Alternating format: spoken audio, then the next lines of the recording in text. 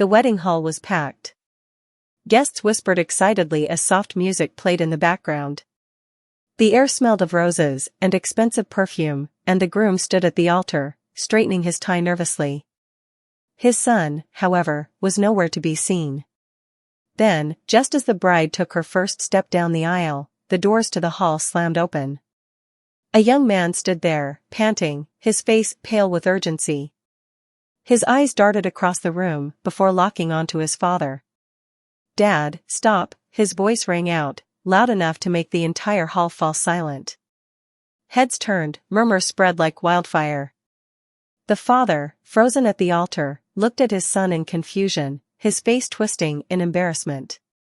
The bride stiffened, her grip tightening around her bouquet. The young man's breath was shaky as he took a step forward. His voice trembled, but it carried enough weight to shake the very foundation of the ceremony.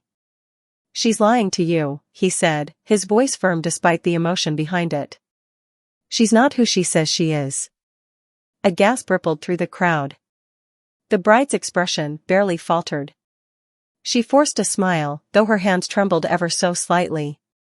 "Sweetheart, I think you're mistaken," she said, her voice too smooth, too controlled. The father shook his head, his face filled with both anger and embarrassment. "What are you talking about?" "This isn't the time for this." "It is," the boy interrupted. His heart pounded in his chest. "It's the only time. Because if you don't listen to me now, you might not have another chance." The father's expression darkened. "This is my wedding. Whatever this is, we'll talk about it later." The boy's jaw tightened. "No," he said firmly. "We won't. Because if you marry her, Dad, you'll regret it for the rest of your life." A heavy silence fell over the room. The bride's smile finally wavered. "This is absurd," she said, shifting on her feet. "Why don't we all just calm down?" But the boy wasn't done. His hands clenched into fists as he looked straight at his father. "Dad, she's been lying to you about everything. I have proof." The murmurs grew louder. Some guests leaned in closer, eager for the drama to unfold. Others glanced at the father, waiting for him to react. His father swallowed hard, glancing at his bride, then back at his son. "Proof?" he asked, his voice barely above a whisper. The boy nodded. He reached into his pocket and pulled out his phone. "Everything is here. Her real identity. Her past. The things she's hiding from you." The bride's expression twisted, and for the first time, fear flickered in her eyes. "No," she said quickly. "This is ridiculous."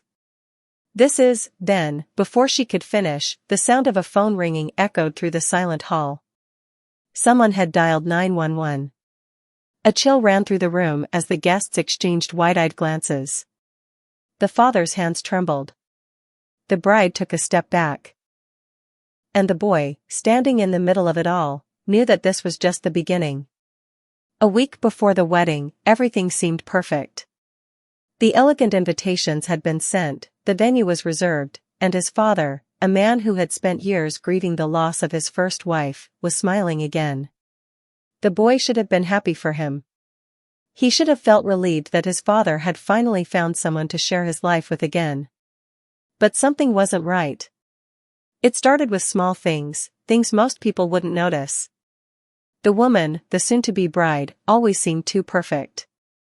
Too rehearsed. Her stories about her past were vague, filled with details that never quite added up. When asked about her childhood, she would laugh and wave the question away. When asked about her family, she always changed the subject. And then there was the way his father changed. Before she came along, his dad had always been careful with his money, double-checking every expense. But lately, he had been spending like a different man, expensive jewelry, a honeymoon in the Maldives, and gifts that seemed over the top. His father wasn't a millionaire, but he was acting like one. The boy started to feel uneasy. He didn't have proof of anything, but his instincts told him something was off. And then the first real red flag appeared. One evening, while his father and the woman were out for dinner, he received an email notification on his father's shared computer. He wasn't the type to invade privacy, but the subject line caught his eye: bank transaction alert, large withdrawal. His stomach dropped. Clicking on the email, he saw a transaction that made no sense. $25,000 withdrawn in cash. His father wasn't reckless with money. This wasn't like him at all. He hesitated for a moment before closing the email. Maybe it was nothing. Maybe his father had a reason. But something inside him told him this was just the beginning. The next day, he tried to bring it up casually. "Dad, I saw an email about a bank withdrawal. Everything okay?" His father stiffened slightly. "Yeah. Just some expenses for the wedding," he said quickly, avoiding eye contact. The boy frowned. "But why so much in cash?" His father sighed, rubbing his forehead. "It's nothing to worry about, son. I trust her. She knows what she's doing." The boy swallowed his frustration. That was the problem, his dad trusted her too much. Later that evening, he decided to do some digging. He checked social media, searching for any trace of the woman's past life. She had an account, but it was almost empty, only a few pictures from the last year, no old friends, no family members commenting. It was as if she had appeared out of nowhere. Suspicious, he took it a step further. He ran an image search using one of her photos. It was something he had seen people do online to check for stolen identities. He didn't expect to find much. But what he found made his blood run cold. The same woman, the same face, except she had a different name. And another one. And another. 3 different names. 3 different locations. And in each place, she had been engaged or married to a man who had suddenly lost a large amount of money before she vanished. The boy's heart pounded. This wasn't just cold feet about the wedding. This was something bigger. Something dangerous. He needed proof. Real proof. Because his father wouldn't believe him without it. And with the wedding only a few days away, time was running out. The boy sat at his desk, his fingers trembling as he stared at the screen. His father's fiancée, no, the woman pretending to be his fiancée, wasn't just hiding small details about her past. She was living under different names, moving from place to place, and disappearing when things got suspicious. His mind raced. Who was she really? And more importantly, what was she after this time? He needed more information. Grabbing his phone, he saved the images of her old profiles and the articles mentioning past scams. Each article followed a similar pattern: an engagement or marriage, a sudden depletion of funds, and then the woman vanished without a trace. Could his father be her next target? His stomach turned at the thought. His dad wasn't just losing money, he was handing over his life to someone who could ruin him. But how could he convince him? His father was head over heels, blinded by love and the promise of happiness. If the boy came to him with accusations and no solid proof, he would only push him further away. He needed something undeniable, something that would force his father to see the truth. And that meant digging deeper. The next morning, he kept a close eye on the woman. She always had an excuse to leave the house at odd hours. This time, he decided to follow her. She drove to a nearby coffee shop, but she wasn't meeting friends. Instead, she sat in the corner, her back slightly turned, whispering on the phone. The boy took a deep breath and approached quietly, sliding into a seat behind her. He strained to hear, his heart hammering in his chest. "No, he doesn't suspect anything," she murmured, her voice barely above a whisper. A pause. "I told you, I'll handle it. Once the wedding is over, everything will be in place." His hands clenched into fists. Everything will be in place? What did that mean? The woman laughed softly, lowering her voice even more. "No, I haven't told him yet. He trusts me completely." Another pause. Then, in a colder tone, she added, "By the time he realizes, it'll be too late." The boy nearly shot out of his chair. Too late for what? Blood rushed to his head. His fingers itched to grab his phone and record the conversation, but before he could move, she ended the call and stood up.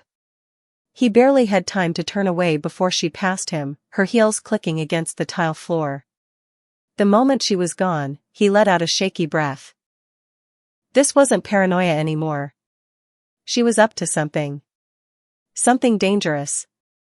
And if he didn't stop it, his father would pay the price. That evening, the boy tried again. "Dad, we need to talk," he said, sitting across from him at the dinner table. His father sighed, setting down his fork. "Son, if this is about the wedding again, she's lying to you," the boy interrupted. "I have proof now." His father's expression darkened. "I told you to drop this." "I can't," the boy insisted, his voice thick with frustration. "She's not who she says she is. She's done this before, Dad. 3 times, with 3 different men." His father blinked, caught off guard. "What?" The boy pulled out his phone and opened the images he had saved. One by one, he showed them, the different names, the old profiles, the articles. His father stared at the screen, his face unreadable. "She's lying to you," the boy said again, softer this time. "She doesn't love you, Dad. She's after something else." For a long moment, there was silence. Then, his father pushed the phone away and shook his head. "You don't know what you're talking about," he muttered. "People make mistakes. That doesn't mean she's a bad person." The boy felt his stomach sink. "Dad, she told me you wouldn't accept her," his father interrupted, his voice suddenly sharp. "She told me you'd try to ruin this for us." The boy stared at him in disbelief. "Dad, listen to yourself. She planned this." His father stood up. "I don't want to hear another word about this. Dad, enough." The boy clenched his jaw as his father turned and left the room. "He doesn't believe me." But it didn't matter. Because whether his father listened or not, he wasn't going to let this wedding happen. He still had time. But not much. The boy sat in his room, staring at the dim light of his phone screen. His heart pounded in his chest as he replayed the conversation with his father over and over again in his mind. He doesn't believe me. He had shown him the proof, laid it all out, and still, his father refused to see the truth. Frustration burned in his veins. He didn't have time to sit around and argue. The wedding was only days away, and if he didn't act fast, his father would be trapped in a nightmare that could destroy him. But what could he do? He had already tried talking to his dad. If he kept pushing, it might only make things worse. His mind raced through options. Should he go to the police? What if they didn't take him seriously? He had evidence, but nothing concrete enough to get them involved, not yet. Then, an idea struck him. If he couldn't convince his father, maybe he could convince someone else. The next morning, he skipped breakfast and left the house early. There was one person who might be able to help him, his late mother's best friend. She had been close to the family for years, and his father still respected her opinion. If she backed him up, maybe his dad would listen. He knocked on her door, his hands clammy. When she opened it, her expression softened. "Sweetheart, what's wrong?" Without hesitation, he launched into the full story, everything he had found, the multiple identities, the suspicious transactions, the overheard conversation. Her brows furrowed. "That's horrifying." He nodded. "I need help. My dad won't listen to me, but if you talk to him, maybe he'll think twice before marrying her." She sighed, her fingers tightening around the doorknob. "I'll try. But you know how stubborn your father can be." "I know," he said. "But I have to try something." She promised to talk to his dad that evening. For the first time in days, the boy felt a sliver of hope. Maybe this would work. Maybe he still had a chance. But things didn't go as planned. That night, his father came home furious. "What did you do?" he snapped as soon as he walked through the door. The boy's stomach twisted. "Dad, stay out of my life," his father bellowed. His face was red with anger. "You're turning everyone against her. Do you even care about my happiness?" The boy clenched his fists. "I'm trying to save you." His father let out a bitter laugh. "Save me from what? From finally moving on? From finally being happy again?" "She's scamming you," the boy said desperately. "Why can't you see it?" His father's face darkened. "This conversation is over." He turned and stormed upstairs, leaving the boy standing there, helpless. His plan had failed. But as he stood in the empty living room, staring at the wedding invitations on the table, he knew one thing for sure. He wasn't giving up. If his father refused to listen, then he had only one option left. He was going to expose the truth in front of everyone. At the wedding. No matter the cost, the boy barely slept that night.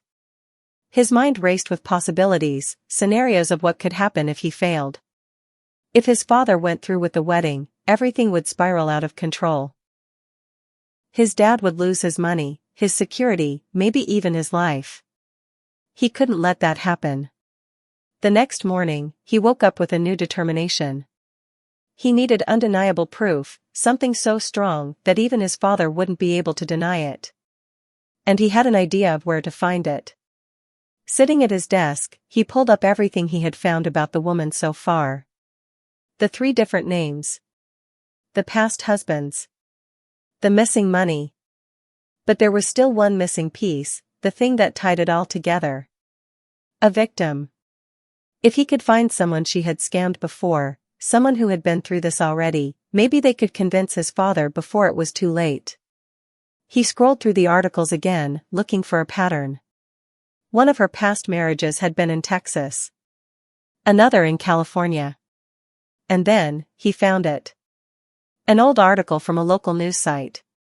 Man claims ex-wife left him bankrupt after lavish wedding, authorities unable to track her down. His hands trembled as he read the details. The man's name was listed.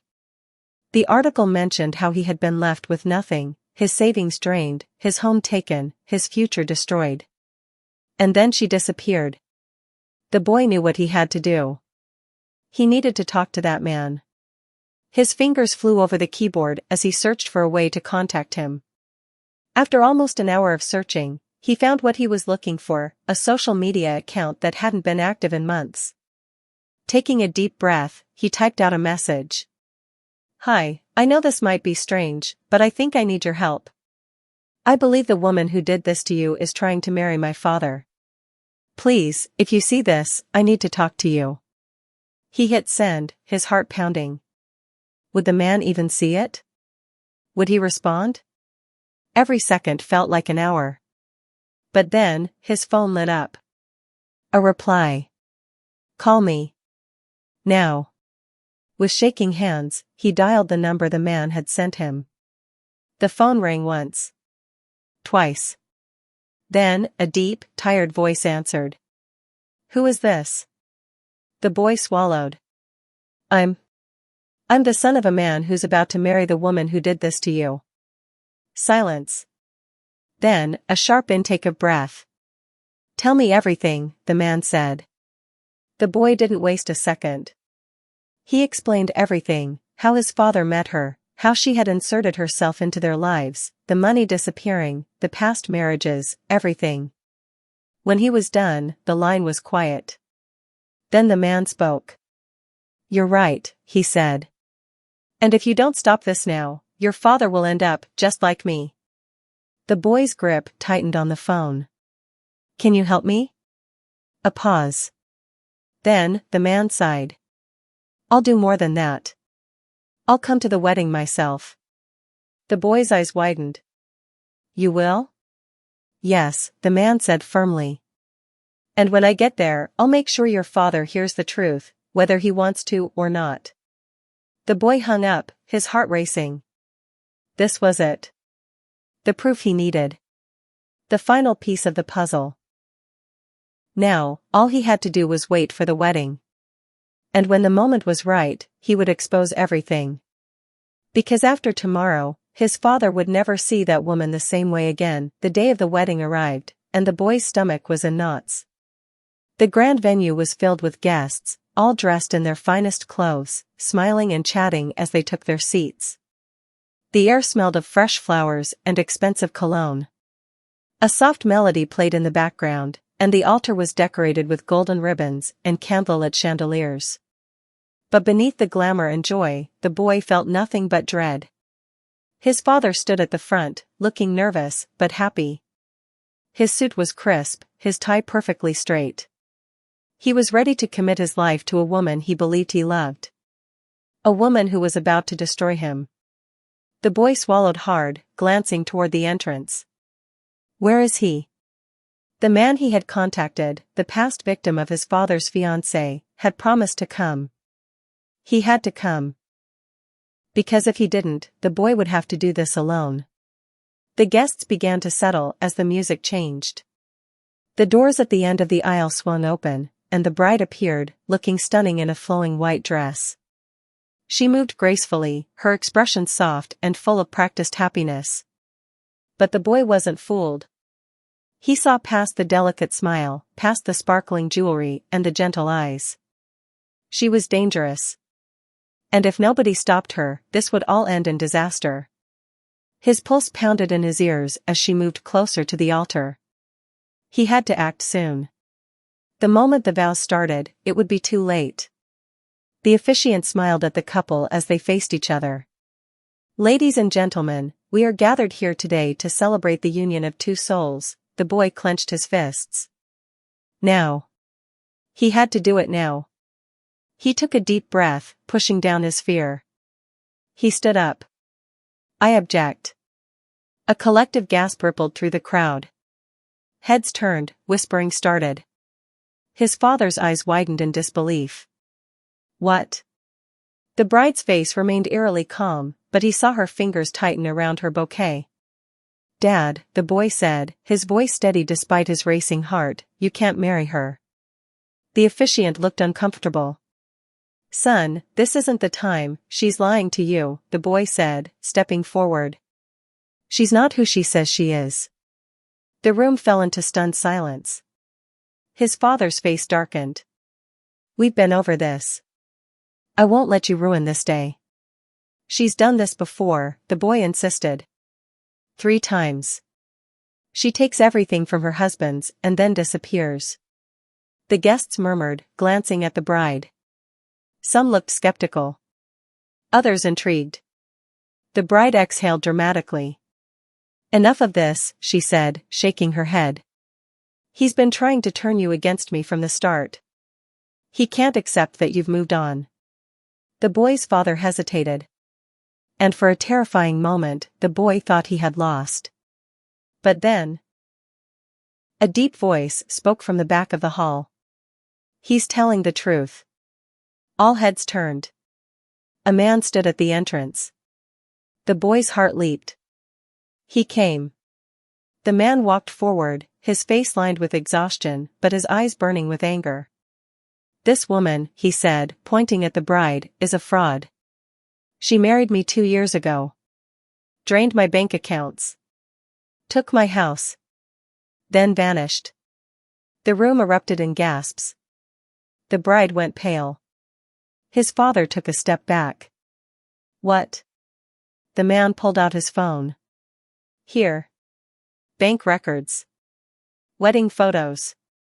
Articles about what she did to me. It's all real. The guests whispered furiously. The bride's hands shook. This is ridiculous, I have proof too, the boy interrupted, pulling out his phone.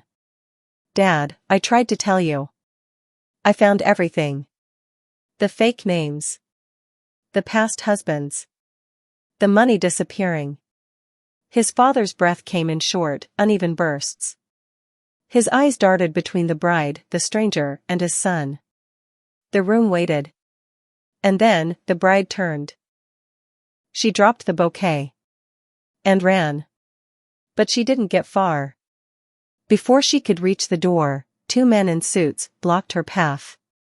Police officers. One of the guests had dialed 911 the moment the accusations started.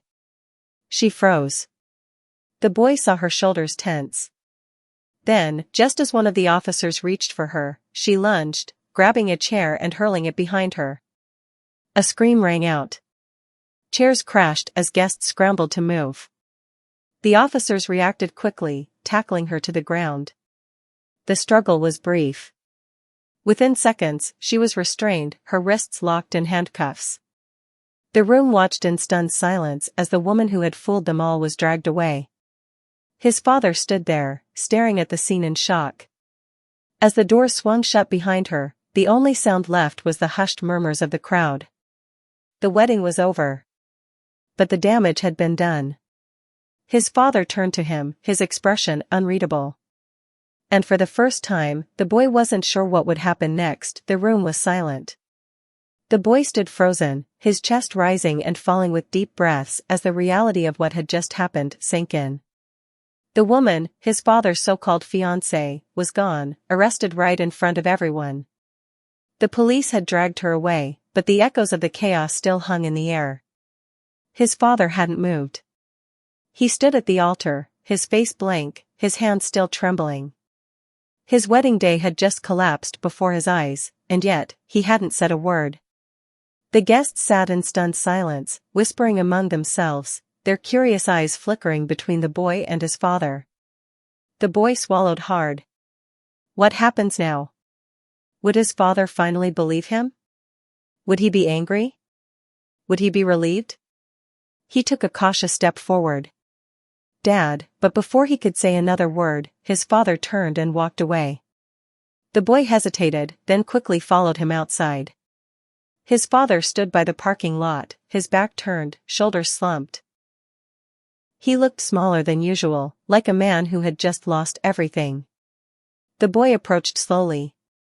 Dad, his father exhaled shakily. I don't know what to say. The boy felt his chest tighten. I tried to warn you. His father flinched at those words. His hands curled into fists before he unclenched them. I know, he said softly. For the first time since the chaos erupted, he finally turned to look at his son. His face was lined with exhaustion, and his eyes were red as if he had been holding back tears. He shook his head. I wanted to believe she was real. The boy's heart ached. He knew this wasn't just about being fooled. His father had spent years alone after losing his first wife. He had convinced himself that this woman was a second chance at happiness. And now that illusion was shattered. I was going to give her everything, his father whispered. My trust, my home, my future, he let out a bitter chuckle. And she was going to take it all, wasn't she? The boy nodded. Yeah. His father's face twisted in pain. How could I have been so blind? The boy hesitated before speaking. It wasn't your fault, Dad. His father let out a shaky breath. It was, though. I ignored the signs. I ignored you. He swallowed hard. And I almost lost everything because of it. A heavy silence settled between them. For the first time in weeks, his father's eyes were clear. No longer clouded by love or denial. Just regret. The boy took a deep breath. She's gone now. That's what matters. His father nodded, rubbing his face. Yeah. But the damage, he sighed. It's not just about the money. It's about trust. I don't know if I'll ever be able to believe in love again. The boy's chest tightened at those words. He didn't know how to fix that. But what he did know was that his father was safe now. And that was enough. For now. They drove home in silence. The wedding that was supposed to be the happiest day of his father's life had ended in disaster. The guests had left in confusion, the decorations abandoned, the future that his father had planned now erased. But as painful as it was better than the alternative. If today hadn't happened, if the truth hadn't come out, his father would have lost everything. And that thought alone kept the boy from regretting what he had done. Even if his father wasn't ready to say it, he knew, he had saved him. The boy glanced at his father as they pulled into the driveway. There was still pain in his eyes, but there was also something else. Relief. And maybe, just maybe, gratitude. The next morning, the house was eerily quiet. The boy sat at the kitchen table, staring at his untouched plate of food. His father hadn't come downstairs yet.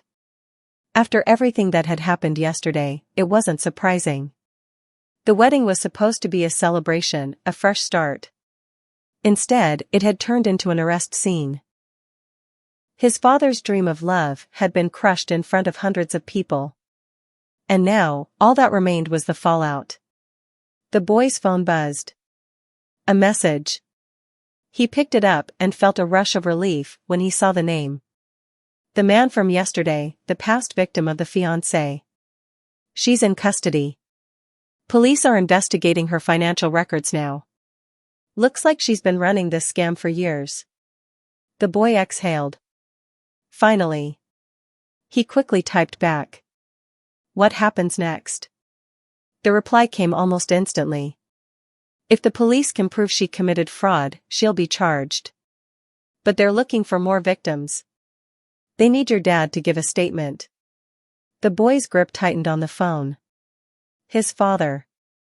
Would he be willing to talk? Would he even want to get involved?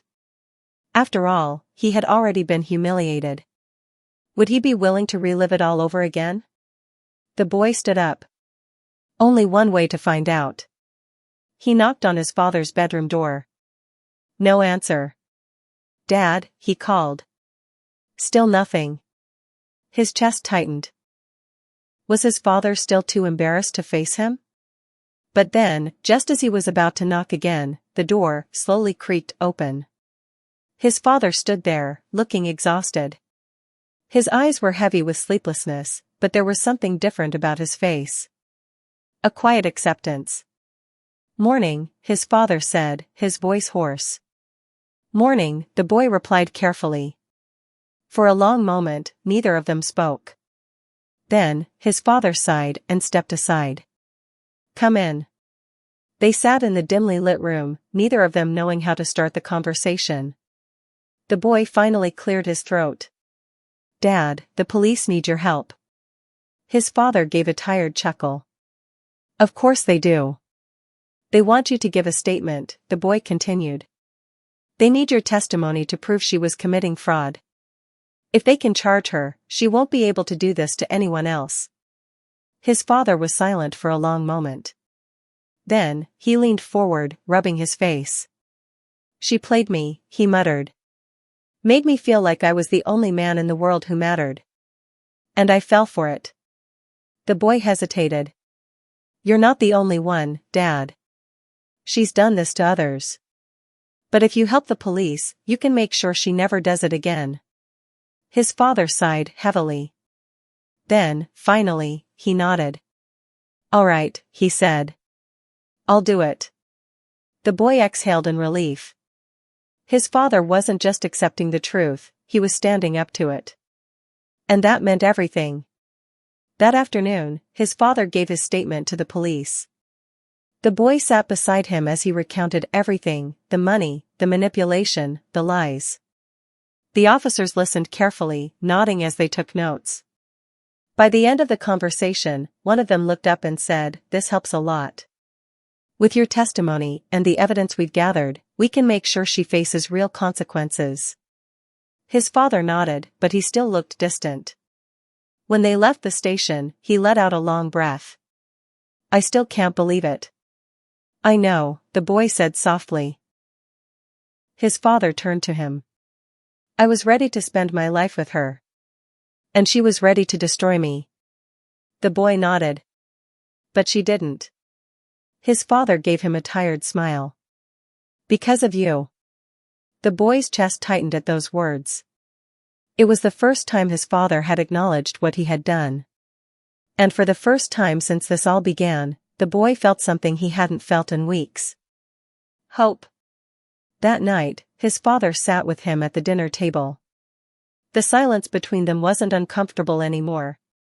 It was understanding. As they ate, his father finally said, "I owe you an apology." The boy looked up. His father sighed. "I didn't listen. I should have. You tried to save me, and I pushed you away." The boy shook his head. "You wanted to believe in love, Dad. There's nothing wrong with that." His father swallowed hard. "Maybe. But I let myself be blind." He set down his fork. "And I almost lost you because of it." The boy felt a lump form in his throat. "You didn't." His father gave him a small, sad smile. "No," he said. "I didn't." They sat there for a moment, just father and son, healing in the quiet. The woman was charged with fraud the next week. More victims came forward, each one sharing their own painful stories. His father had been lucky that the boy had stopped the wedding before it was too late. And though the scars of betrayal would take time to heal, one thing was certain. The boy had saved him. And this time, his father knew it too. Days passed, then weeks. Life slowly began to return to normal. The boy no longer woke up with knots in his stomach, dreading what might happen next.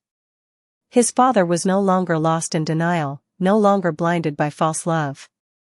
The wedding that never happened had become the talk of the town.